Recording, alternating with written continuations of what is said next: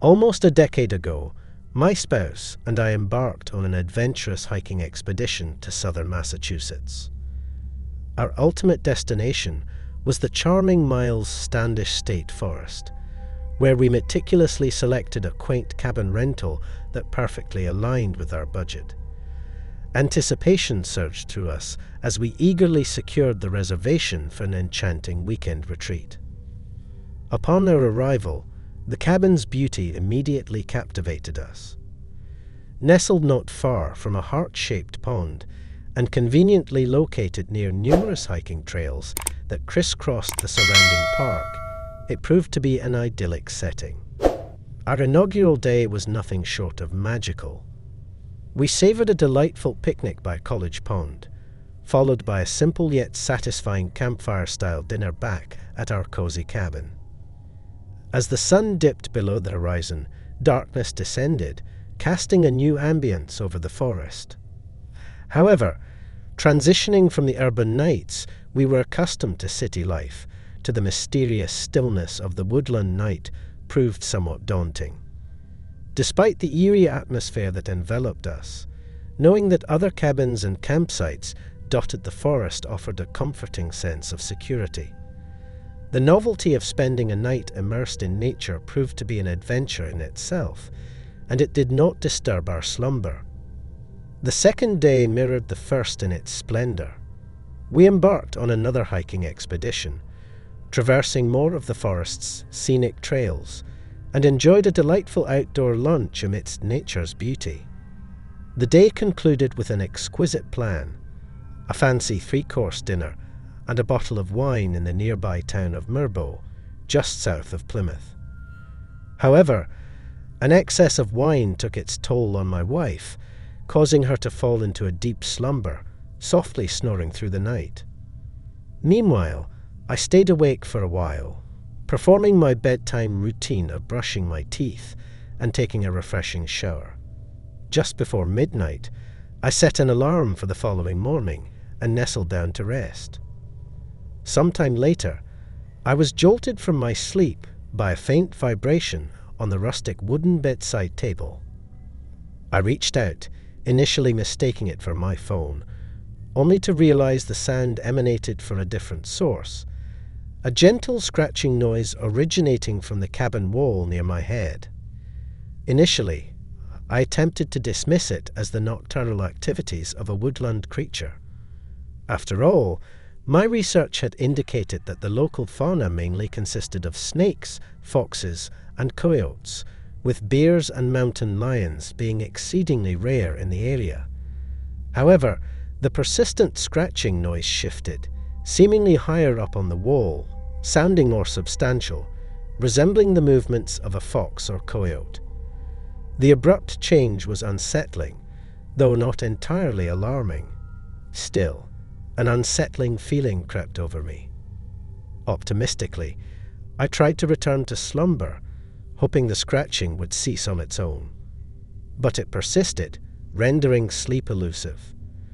In a bid to scare off the intruder causing the disturbance, I ventured out of bed and approached the source of the noise.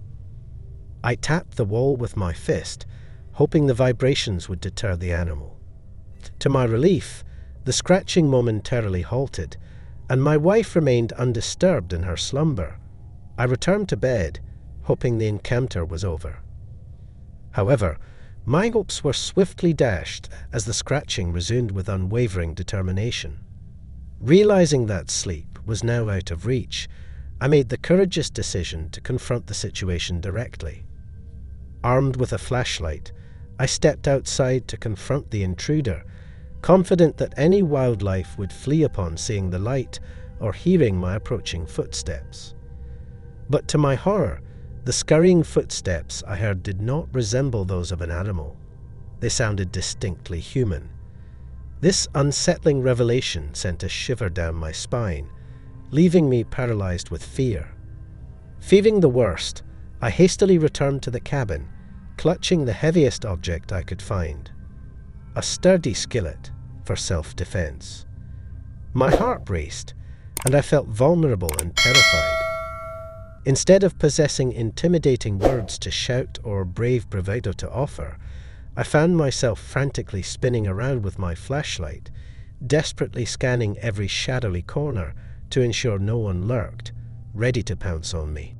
Fortunately, the sound of footsteps eventually faded into the distance, seemingly vanishing into the darkness. Although I lacked definitive proof, I was utterly convinced that it was not an animal, but a person who had been scratching something onto the cabin wall. The chilling realization made it difficult to gather my thoughts, let alone find any comfort in the darkness. Summoning all my courage, I re-entered the cabin, locking the front door behind me, and awakened my wife. Her sleepiness rapidly dissipated upon hearing my account, though she was still partially under the influence of the wine. I instructed her to keep her cell phone close in case we needed to call for assistance. Huddled together in the cabin, we listened attentively for any sign of intrusion, grappling with various possibilities. Was it merely a foolish prank by mischievous youngsters, an attempt to frighten us for a laugh? Or did it signify something more sinister? The uncertainty and fear weighed heavily upon us. After several tense minutes of silence, we decided it was in our best interest to seek safety elsewhere. With our belongings hastily packed, we made the decision to leave the cabin behind, hoping to find solace and security elsewhere. Before departing, my wife contacted the local authorities to report the unsettling incident, and we left a message for the cabin owner explaining our abrupt departure. As we drove away from the forest, our minds brimmed with questions and concern. Who could have been behind this unnerving event? What were their motives, and what did they aim to achieve with the peculiar scratching on our cabin wall? Although we entertained the notion that it might have been a bizarre prank on eerie, our instincts cautioned against underestimating the gravity of the situation.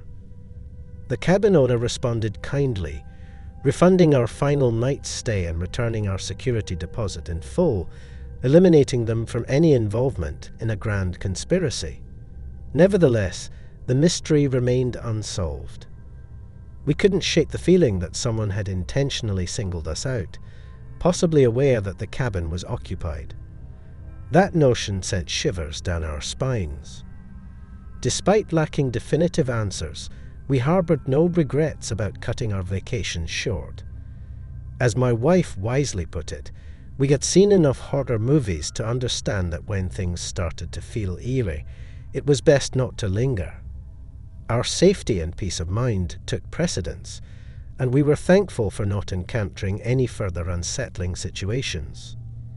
To this day, the memory of that night lingers in our minds. We still don't have a precise account of what transpired, but we've come to terms with the notion that some mysteries are better left unsolved. We often wonder if it was a harmless prank gone wrong or something more sinister, but we're content with our decision to prioritize our safety and leave the unsettling incident behind. Although the experience left us cautious and vulnerable, it also taught us to trust our instincts and prioritize our well-being. As we continue to explore the world around us, we remain vigilant, cherishing moments of joy and serenity while staying prepared to confront the unexpected twists life sometimes throws our way. One thing is certain: from that night onward, we never take the feeling of safety for granted, understanding that the peace and security we often overlook can be fragile and precious treasures indeed. I'm a 31-year-old woman originally hailing from Oregon. The incident I'm about to recount occurred when I was 28, a time coinciding with the peak of the #MeToo movement. It was an era marked by heightened awareness and discourse surrounding gender dynamics, consent, and women's safety. Little did I realize that soon I would have a personal experience that would profoundly alter my perspective. I remember one evening sitting down with a friend discussing the not all men aspect of the movement. We both concurred on the importance of not unfairly labeling all men as potential predators, acknowledging the need for nuance. However, our perspectives diverged when it came to personal safety. My friend believed in exercising a certain degree of caution around all men, irrespective of their appearance, as anyone could potentially pose a threat. This approach struck me as excessively pessimistic. I preferred evaluating situations on a case-by-case basis. Over drinks, we debated back and forth without reaching a definitive conclusion. Nevertheless, the conversation left me with much to ponder. Little did I realize that this discussion would soon cease to be a mere intellectual exchange.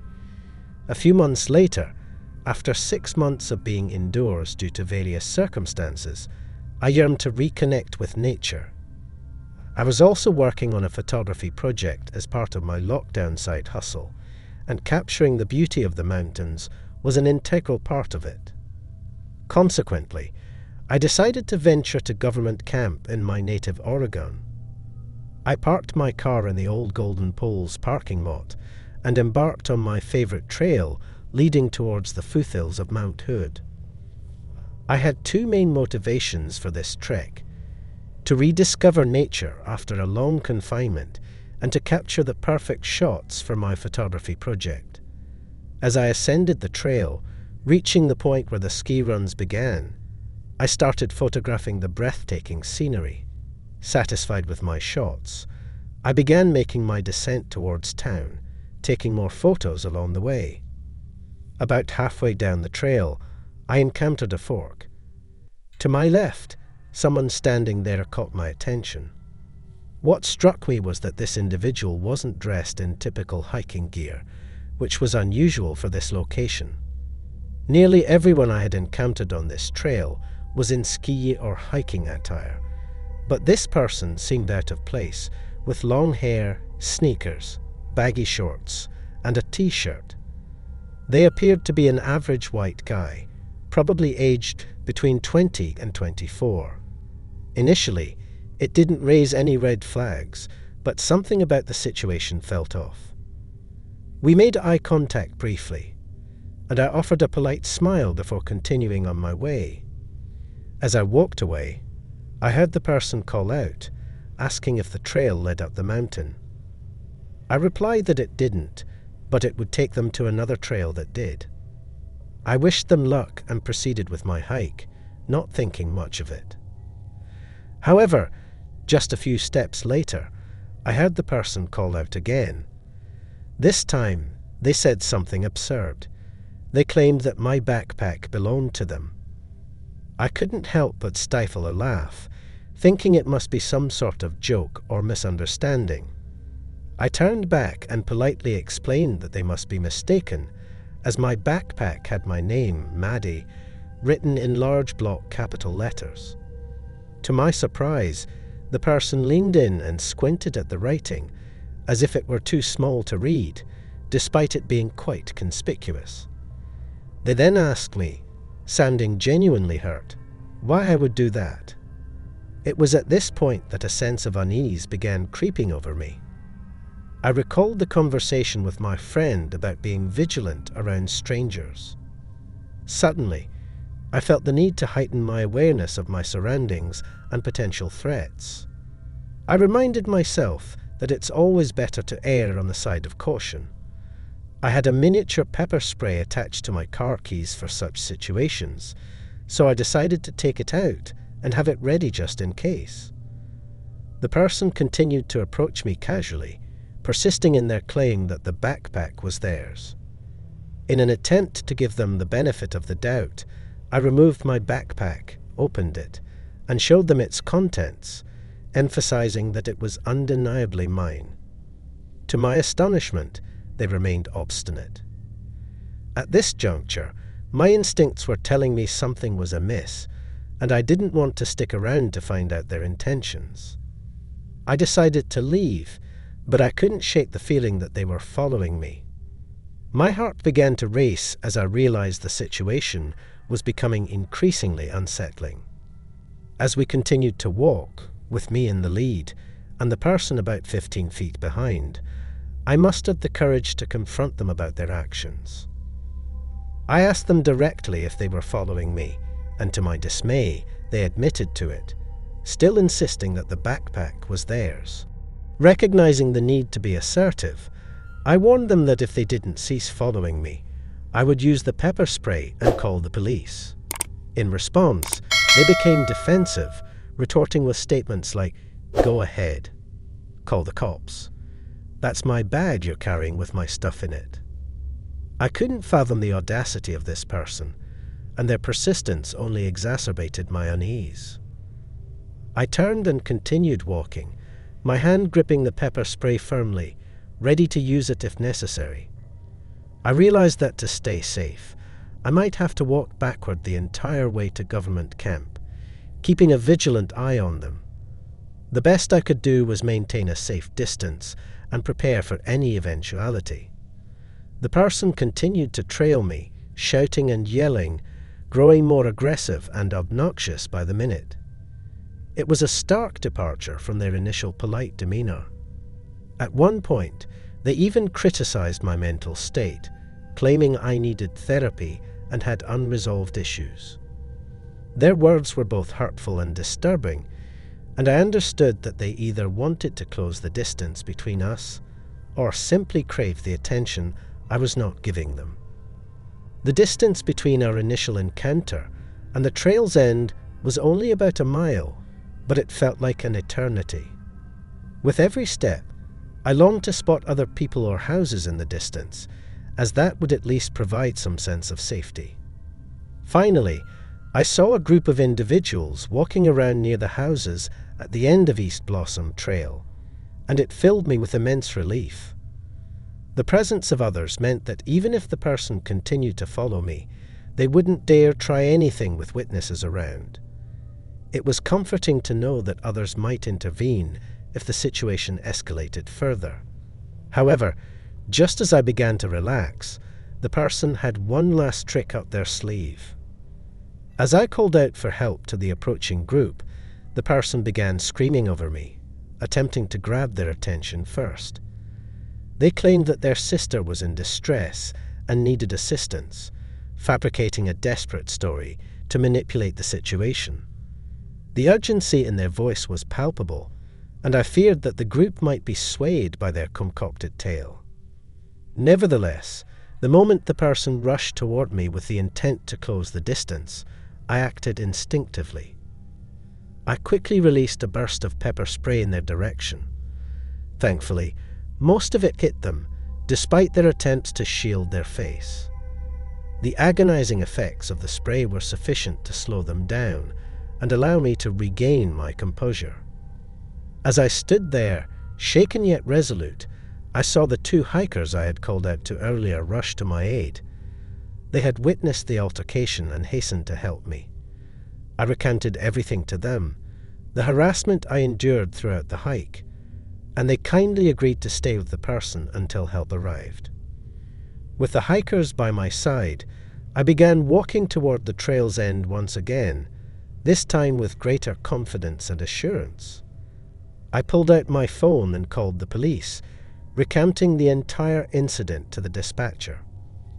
I couldn't help but feel an overwhelming sense of gratitude for the hikers who had come to my rescue at precisely the right moment.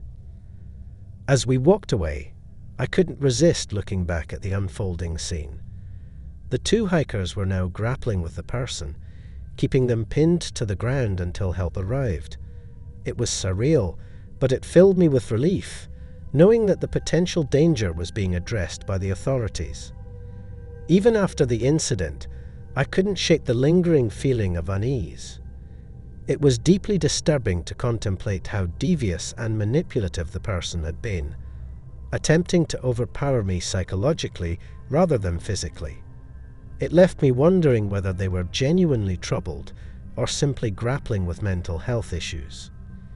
In any case, I was grateful that I emerged from the ordeal unscathed and that the hikers had intervened when I needed it most. Reflecting on the incident, I realized how fortunate I had been that day.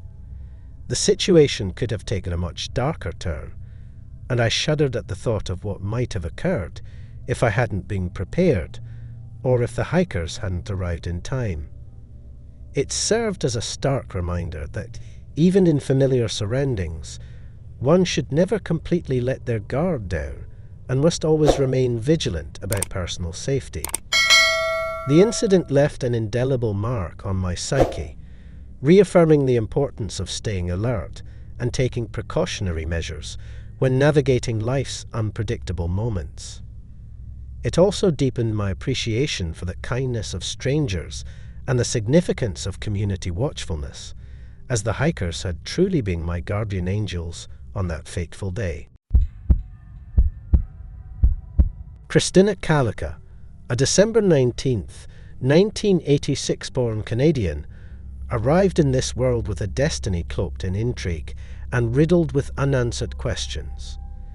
Raised by her Filipino migrant parents, Elizabeth and Mario Calica, Christina's formative years were steeped in the tenets of devout Catholicism, instilling within her a resolute faith and a strong sense of discipline. Being the only daughter in the family, Christina's upbringing set her apart as she grew into a young woman renowned for her diligent work ethic and innate leadership abilities. Her aspirations led her to envision a future at Toronto's prestigious York University Teachers College. Standing at 5 feet 2 inches and weighing 125 pounds, Christina not only excelled academically, but also maintained her physical fitness through her passion for playing volleyball. Occasionally, she challenged herself with jogging to preserve her fitness levels. Fast forward to the year 2007, just before the civic holiday in August, Christina charted her course to attend a Christian youth conference in the bustling city of Montreal. However, the tides of fate had different plans in store for her. At the 11th hour, she made a spontaneous decision to embark on an alternative adventure, opting for a hiking excursion to the breathtaking Rainbow Falls Provincial Park in Ontario. Accompanying her on this excursion were her cousin, Faith Costello, and 2 friends, Eddie Mega and Joe Benedict. The sprawling expanse of Rainbow Falls Provincial Park, sprawling over approximately 2 square miles, was nestled between the towns of Schreiber and Rossport along Highway 17. Within its borders lay 2 primary camping grounds, the White Sand Lake site, located just a stone's throw from the park's entrance, and the smaller Rossport site, positioned 3 kilometres to the west, not far from the Trans-Canada Highway. The park boasted an intricate network of hiking trails, the majority of which offered relatively easy terrain, spanning distances between 3 to 5 kilometres. However, a notable exception was the formidable Cask Isles Trail, an astonishing 32-mile stretch that traversed the park, commencing from Rossport and culminating at Terrace Bay. As the clock struck noon on Sunday, August 5th, 2007, Christina and her adventurous companions arrived at the idyllic Rainbow Falls Provincial Park, teeming with excitement for the adventures that lay ahead. The arduous journey from Toronto, spanning approximately 14 hours, had understandably left them fatigued. Yet, they promptly established their camp on Lot 88 of the White Sand Lake campsite, exchanging warm greetings with their transient neighbours. The holiday weekend had drawn a multitude of visitors to the park, with only a smattering of lots remaining unoccupied. In need of respite, the group decided to indulge in a short nap, initially planning for a mere half-hour reprieve. Yet, exhaustion had a different plan, and their brief siesta inexplicably extended into a 4-hour slumber. Upon awakening around 10:30 p.m., they kindled a modest campfire and partook in a communal meal, accompanied by a modest measure of alcoholic spirits. The relentless march of time brought with it the early morning hours, and as 3:30 a.m. approached, Christina and Eddie opted to retire to their tents, eagerly anticipating the activities scheduled for the following day. Their plan was to embark on a pre-dawn run together, seizing the opportunity to explore the captivating trails that crisscrossed the park.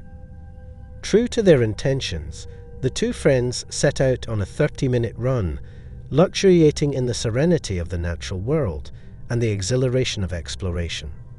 However, as the minutes rolled by, Christina began to feel the weight of exhaustion bearing down upon her.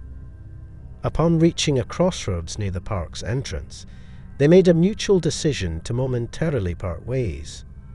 Eddie, valiantly trudging along the lengthier of the two trails that led toward Highway 17, while Christina opted to explore the nearby eponymous Rainbow Falls waterfall before eventually retracing her steps back to their campsite.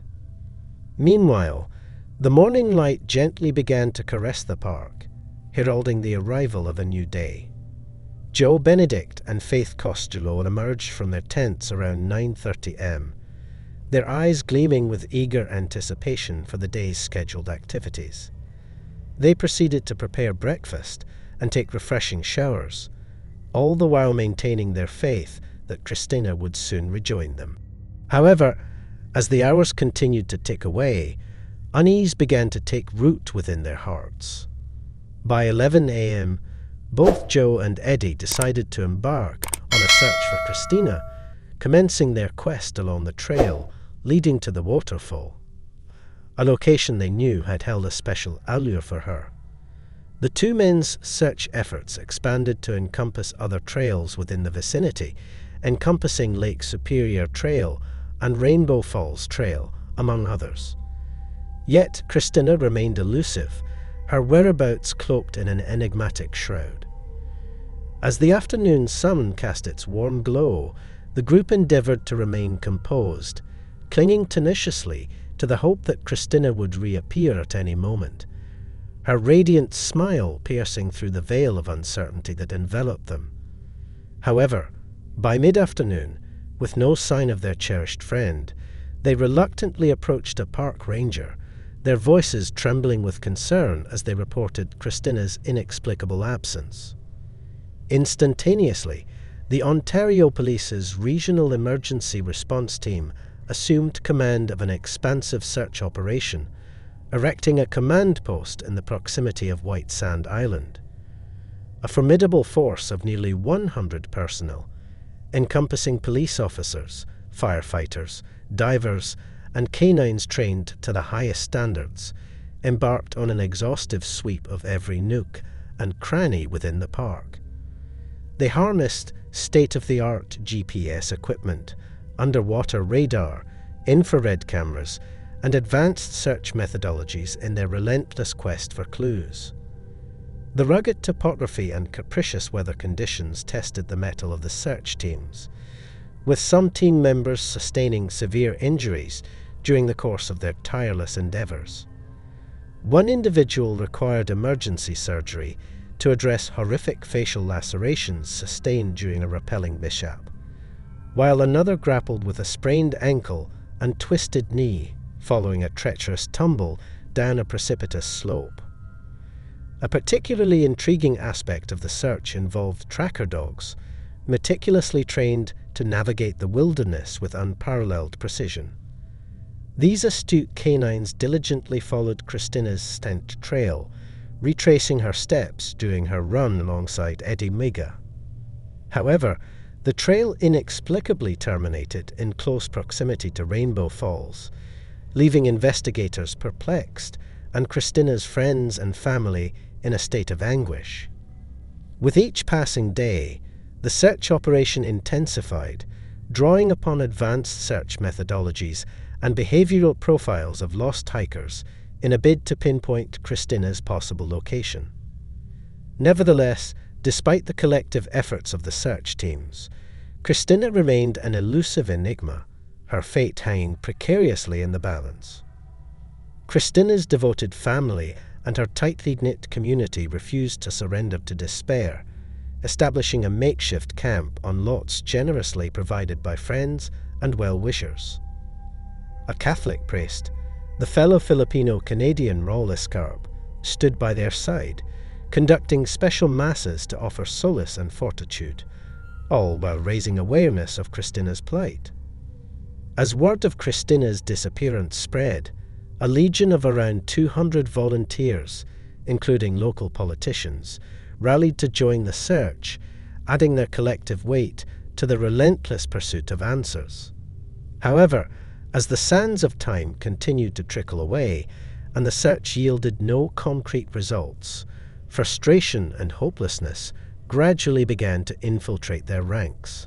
In a tragic turn of events, by late August, the Ontario Provincial Police adopted the term non-responsive person to characterize Christina's situation, suggesting that she might be incapable of responding to searchers' calls.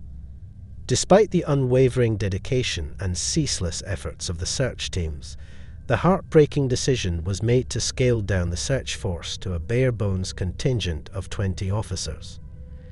They were compelled to confront the grim reality that Christina might no longer be confined within the park's boundaries. 2 days hence, on a somber note, the search operation was officially terminated, and investigative conjecture began to veer toward the unsettling possibility of abduction. Nevertheless, this theory was met with resistance from Christina's family, who asserted that there existed no tangible evidence to substantiate such a narrative. Nonetheless, even in the absence of definitive answers, Christina's family persisted in their relentless search, ever hopeful for her safe return. Throughout this trying period, various theories arose, each laden with the weight of ambiguity and despair. Some speculated about bear attacks, while others mused that Christina might have inadvertently succumbed to the unforgiving wilderness owing to her limited hiking experience. However, none of these conjectures could be conclusively validated. Dennis LeVay, a convicted child predator with a history of exploiting teenage girls, was also thrust into the spotlight as a potential suspect. His predatory inclinations and proximity to the park during the time of Christina's disappearance gave rise to conjecture. Nonetheless, the Ontario Provincial Police dismissed this theory, unable to unearth any substantial evidence linking LeVay to the case. The notion that Christina might have willfully vanished, seeking to sever ties with her community and family, was also advanced as a possibility. In a community characterized by stringent religious values, such an act might not have been entirely unprecedented for individuals yearning to escape judgment and shame.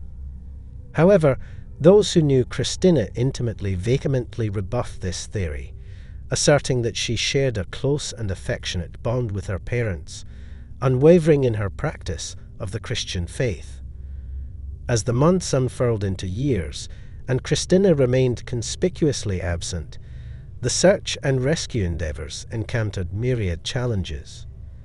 Dense sections of the forest and the treacherous terrain rendered the location of an immobilized person a formidable task. Search teams grappled with the complications posed by dense vegetation that could keep a body upright, obscuring it from aerial reconnaissance.